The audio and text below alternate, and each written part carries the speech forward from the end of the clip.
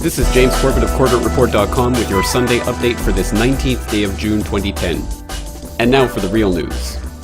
In our top story this week, the UN's beleaguered Intergovernmental Panel on Climate Change is facing more troubles this month, as some of its own lead authors strike out against it. Last Sunday, a paper co-authored by IPCC lead author Mike Holm went viral on the internet after it was pointed out that it contained a damning critique of claims that the UN-led political organization represents a consensus of 2,500 scientists. Claims such as 2,500 of the world's leading scientists have reached a consensus that human activities are having a significant influence on the climate are disingenuous, he wrote in the paper. In a subsequent statement last Tuesday, ostensibly clarifying his remarks, he wrote, quote, "Giving the impression that the IPCC consensus means everyone agrees with everyone else, as I think some well-meaning but uninformed commentaries do or have a tendency to do, is unhelpful. It doesn't reflect the uncertain, exploratory, and sometimes contested nature of scientific knowledge." End quote. Also last week, IPCC lead author Richard Toll added his voice to the growing ranks of scientists who feel that the IPCC process must be completely reformed before its fifth assessment report is conducted. Regarding the much-criticized procedures for crafting the political report, Toll wrote, quote, "I think that the IPCC should suspend the AR5 process, fix the procedures for nominating and selecting authors, and postpone the report to 2015. I'd rather bet on New Zealand winning the World Cup." End quote. The much-criticized organization and its procedures are currently under review by the Inter-Academy Council, and in a hearing last week at McGill University in Montreal, IPCC lead author John Christie slammed the IPCC defenders as gatekeepers who have become victims of groupthink.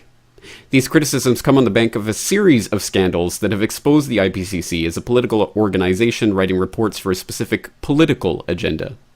In January, IPCC lead author Murari Lal admitted that they had deliberately used a prediction that Himalayan glaciers would melt by 2035, a prediction they knew to be false, to put political pressure on world leaders. Also in January, it was revealed that IPCC predictions that global warming would destroy up to 40% of the Amazon rainforest came not from peer-reviewed scientific literature, but a World Wildlife Fund pamphlet written by a green activist. In February, it was revealed that IPCC had underestimated Antarctic sea ice by 50%.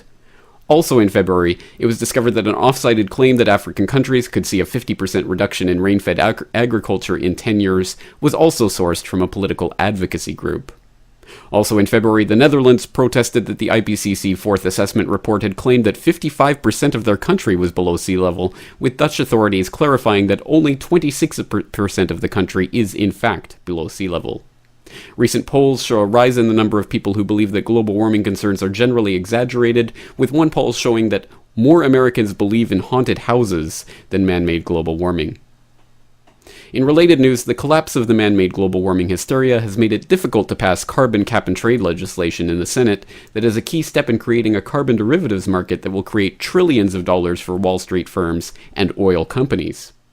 Attempting to rally support for the proposed Kerry Lieberman cap-and-trade bill in the Senate, Barry Soetoro delivered an address this week arguing that the BP oil spill, not man-made global warming, is the real reason this legislation is needed. The tragedy unfolding on our coast is the most painful and powerful reminder yet that the time to embrace a clean energy future is now. Now is the moment for this generation to embark on a national mission to unleash America's innovation and seize control of our own destiny. Each of us has a part to play in a new future that will benefit all of us.